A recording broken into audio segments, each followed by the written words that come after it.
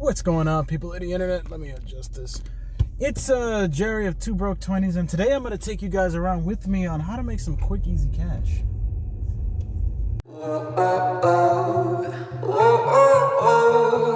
I can't live without you.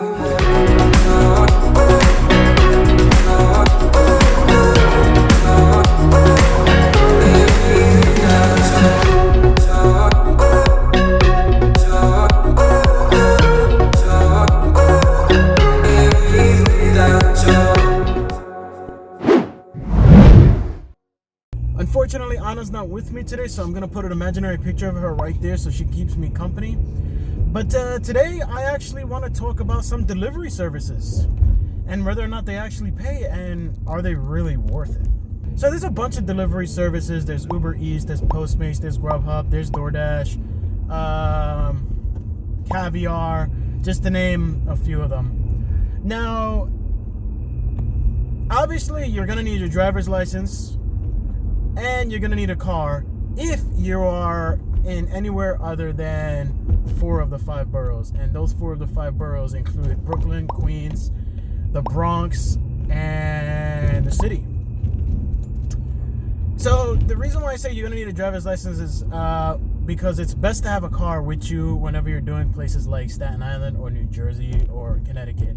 And this really is for the tri-state northeastern area. I have a car. Boom, boom. So many potholes in Staten Island. They need to fix it. So I have a car. So I obviously use my car for DoorDash. That was the main purpose of it. The car was a gift as long as I could fix it. So I put about maybe less than $1,000 in parts to get it perfect. So my whole idea is to recoup the money using DoorDash. And it's been paying off pretty well. So DoorDash is what I use, and it's pretty much just a delivery service. That's all it really is. You go to the restaurant, you go to the shop or whatever, pick up the food, deliver it to the person. That's it. You get money. That's pretty much how it runs in a nutshell. The only thing is, unfortunately, it's not that simple in practice. In theory, you make so much money, and it's not really like that. So in New York City, the easiest way to make money, to be quite honest with you, is if you have a bicycle and you are in Manhattan. There's no questions asked about it, and you go during peak. Even if you go during off-peak, you're guaranteed almost $200-300 because the people order a ridiculous amount of food. They give ridiculously large tips, and you're always going to get something called peak pay. Peak pay is almost like rush hour, but for delivery services. It's kind of like surging prices in Uber or Lyft or whatever the case is, like on special occasions like I don't know, I want to say on special occasions like New Year's, where everybody gets drunk, like they'll charge you double because they know everybody's gonna want to be out that day. So I have a couple of friends of mine that actually do DoorDash in the city, and they bring in way more than me.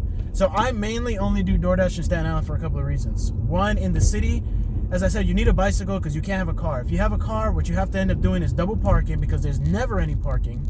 You have to run into the shop and hope the ticket guy doesn't get you. Or you have to run inside a building, apartment building or commercial building, and hope that the ticket guys don't get you. And then there comes the traffic. 3 major reasons why I just avoided the city, and as I said, a lot of people normally do bicycle in the city. So Staten Island is different because Staten Island is not as busy, but I'm also very familiar with Staten Island roads if you give me a GPS.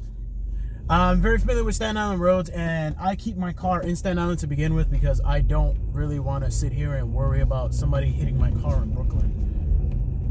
What? Now the downfall about Staten Island is the roads suck.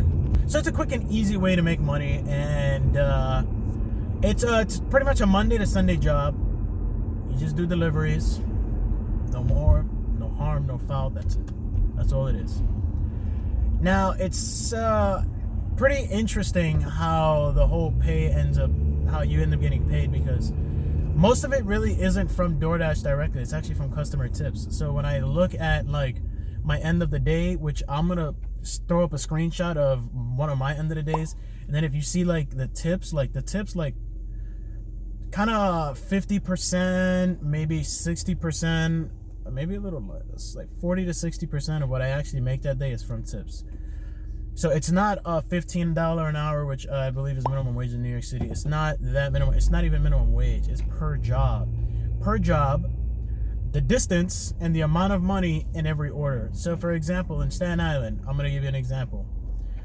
This order over here gave me $3 and it was a short distance. Or a couple of dollars. Okay, I actually just got an order for Wendy's, and you're going to see my current location is... I'm probably going to put a screenshot or something up, but I'm on the almost the southernmost tip of Staten Island, going all the way across to almost the middle of Staten Island, and it's to go to Wendy's, and it's what? It's a $7 ride, I want to say. It's just an example. It's currently $3.40 on a Saturday, and I don't know how much the total is. I'll see when I get there. But it's $7 just to go to Wendy's, and what ends up happening more times than not is you'll get two orders. You'll get two orders from Wendy's, and they normally stack on top of each other. But what I feel like what happens is if one order is $7, they'll stack another order for like almost half the amount. So I'll be going to Wendy's for like $10. I'm just giving you an example. Which, I mean, to me, it's okay because it's like killing two birds with one stone. So I'm doing two orders here, picking up, so on and so forth. Whoop. So on and so forth, which it's okay. I mean, it's okay. It's fine with me. The only thing is sometimes it becomes a little too cumbersome when you have like Wendy's and then you have to go to like McDonald's and then you obviously have to wait in the drive-thru or inside the store for it, which is actually one of the biggest things I actually wanted to talk about, the pros and cons. Now, continuing on with what I was saying, distance, gas is something that you need to consider. So I have a four-cylinder Acura TSX, so I kind of roughly average mid-20s in gas mileage. If you have a V6, V8, V10, V12, anything other than a four-cylinder fuel-efficient sipping little machine, you're gonna end up paying every dollar that you make that's going straight to gas. So I'm happy I got a little four-cylinder, so it's fine with me. So on average, what I do is I will fill up about $20, and $20 will cover about 2 shifts. Now with DoorDash, you can select as many hours as you want, as many shifts as a week as you want. For me, I really only do it Friday, Saturday, and sometimes Sundays because I work a regular job, a regular 9 to 6 job, and I kind of use this as a way to pay off all of my bills and debts and stuff like that, but at an accelerated rate. So you can schedule days to work peak pays, but I don't recommend that because it's competitive. There's a limited number of peak pay scheduled spots, but you can still work it. It doesn't really matter.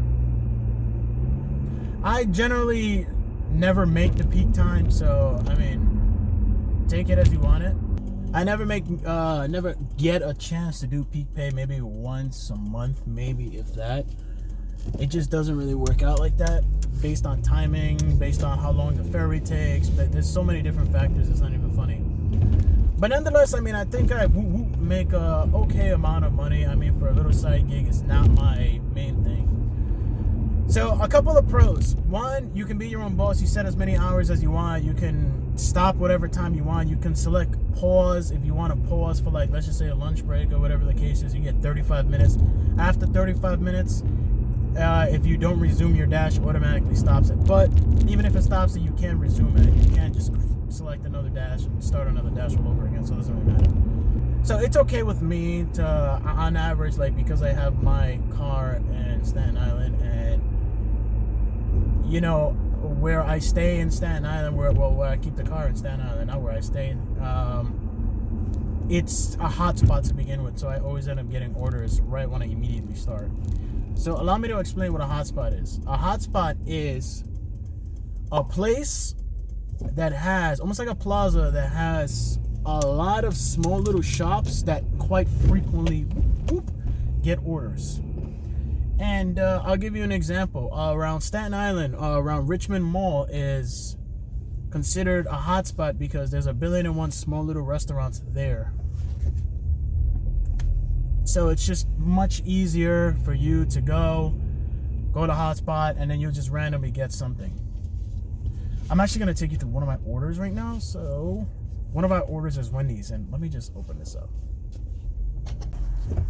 All right, so I just picked up this guy's order.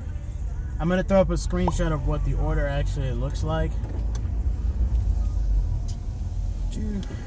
So once you pick up someone's order, you got to obviously bring it to them. And the faster you go, obviously the customer really appreciates it because the food also will come to them warm. So how I normally do this is I'll throw on like the seat warmer or whatever the case is, because my car comes with heated seats. So in this case, I came from Wendy's and throw the heat warmer on just to keep it warm. I mean, if it's something cold like ice cream, which I don't recommend you ever purchase. Doordash gives you one of those hot and cold packs so that you can store hot and cold things in there. But the only reason why I really never use it is because my commute from the place to the person is never more than 10 minutes, and it never really gets cold. So I also don't leave the window open if it's something hot either, because that just defeats the purpose. So signing up for Doordash is very, very painless, very simple, very quick. They don't require really much of anything. So Doordash is very painless, but it can become cumbersome. So I'm going to give you an example of a full day's worth of work. And mind you, I worked my usual 9 to 6. I actually left at 5:30, so it was 9 to 5:30.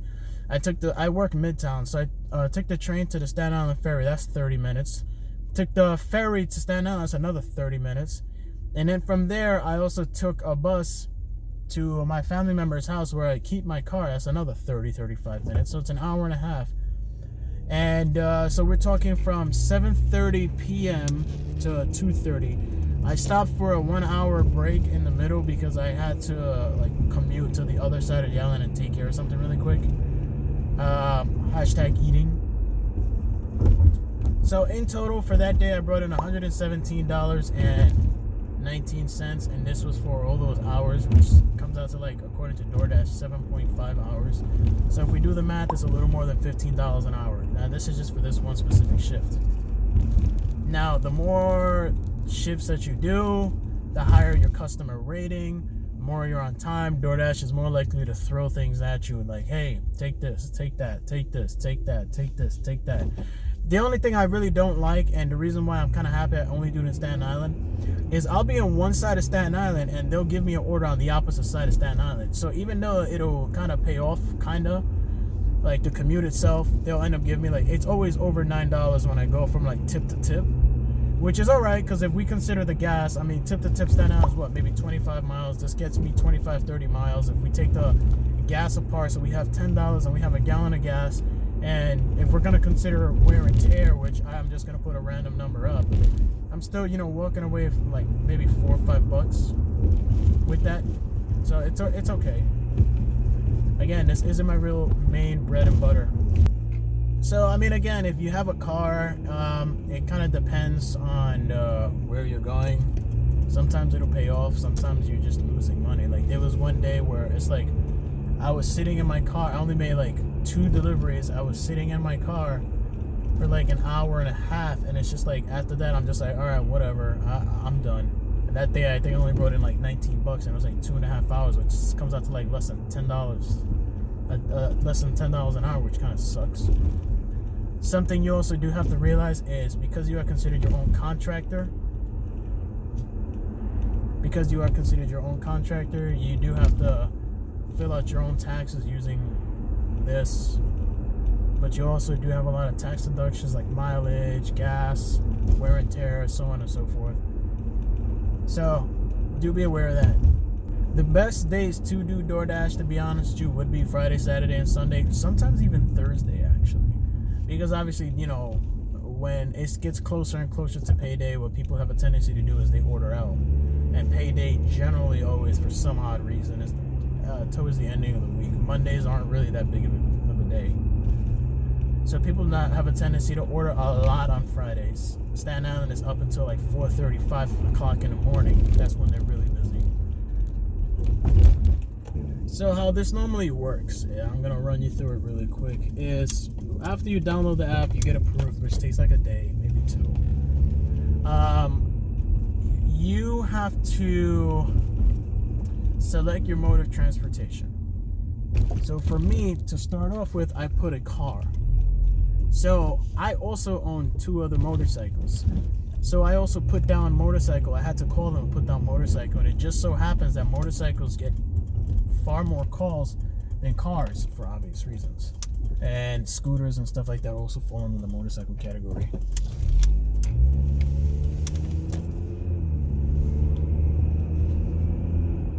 So 9 out of 10 times, like, it would just be best to do it if you have a motorcycle or a car. I mean, if you're on a bicycle, more than likely you're going to be getting a billion calls completely, which is really good. Okay, so now I have to look for this guy's address.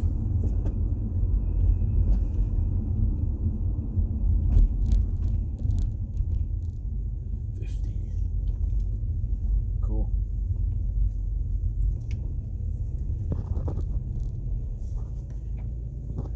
Give me 1 second. I'll be right back. Alright, so I'm going to put a screenshot up so you guys can actually see the breakdown of it. So that was a $7 ride right over there. And you're going to see, I think it's $3 is the tip and $3 is the base fare.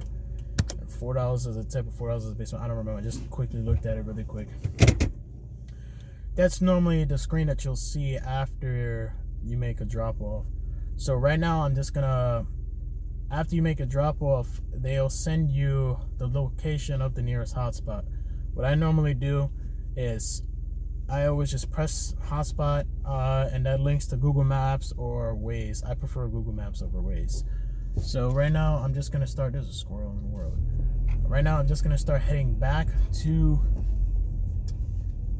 the hotspot, and 9 out of 10 times I never really make it to the hotspot because I always get like an order on the way to the hotspot. So the steps are, you get your order, you have to accept the order or decline. Keep in mind, if you decline it, your acceptance rate drops and then you are less likely to get more future orders. And then how quick can you get there? By absolutely no means would I absolutely recommend speeding, reckless driving, just to get to a place that's gonna pay you $6, $7, $8, $9, $10. It's not worth it. Here in New York City, a speeding ticket is dumb expensive, and then you also get points on your license. It's just not worth it. You know, I'm gonna just quickly just answer one question that maybe you want to know, maybe you don't want to know. Can you live off of it? You know, if you are a college student that still lives with your parents and you don't really have that many expenses, yes, you can live on it. If you are a full-grown adult with kids, can you live on it? If you live with your parents and you're not paying rent. The grind to make money doing Doordash it's a lot, because you'll be out on the road a lot. And here in Staten Island, I'm just giving an example. Here in Staten Island, it's always busy like after 10 o'clock. From 10 p.m. to like 4:30 a.m., it's always like really busy. So if you are watching after your kid, it's just not gonna happen. While your wife or your husband or whatever, it has to work, it's just not gonna happen. It's not really feasible. If you're working in the city and you're doing it during the day, possibly, but I mean, still the chances of you making less than $20 an hour are too great, in my opinion, to really be considered a sole source of income. As a secondary source of income, definitely go for it. If you're bored one weekend or one day and you have nothing better to do, I absolutely recommend doing it, because knocking down your credit cards is the best investment for yourself. Every single day is gonna range. One day you'll make $20-something an hour. For me, the most I've ever made was $22 an hour. That was for 1 hour, and then it was dead for the rest. So for me, on average, I'm bringing $15 to $17 an hour here on Staten Island, which again is all right. This is my second source of income, which is fine. Making $250 to $300 on Doordash technically is considered livable if you're doing that 5 days a week. That's $1,500. Calm down, bro. If you're making $300, if you're making $300, let's keep with the minimum, okay? So we got $250 times 5 is $1,250. $1,250 times 4 weeks in a month. That comes out to $5,000. That's $62,000. Wait, right? $5,000 a month. Oh my God, $60,000. Okay, that's $60,000 in a year if you're making $250, which is okay. It's livable here in New York City as long as you have a partner, because the rent here is just stupid high. Individually though, you can't live on DoorDash. It's just not worth it. It's not worth the grind. It's not worth the hassle. If you're using it to pay off college tuition, you're using it to pay off student loans, you're using it to fund any sort of excursion that you have, or any aspirations on traveling experiences that you want to do, you want to pursue, yada yada yada. It's perfect for that. Again, don't use it as a major source of income, because you're absolutely going to be let down. On top of that, DoorDash has been on the news for stiffing drivers of wages and tips and so on and so forth. So they had to revise their payment. They had to revise their payment method.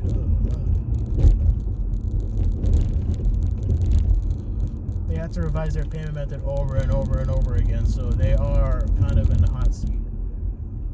But I mean, for now, as I said, it definitely helps pay.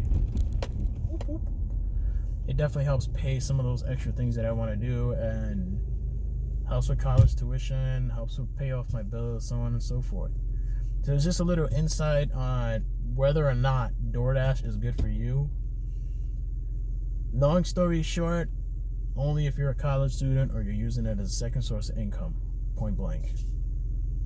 If you have a car, you have to include all the expenses. If you have a bicycle, you still have to include some of the expenses on lunch, because my family lives in Staten Island. It's easy for me to eat, so I don't really have to worry about any of those expenses.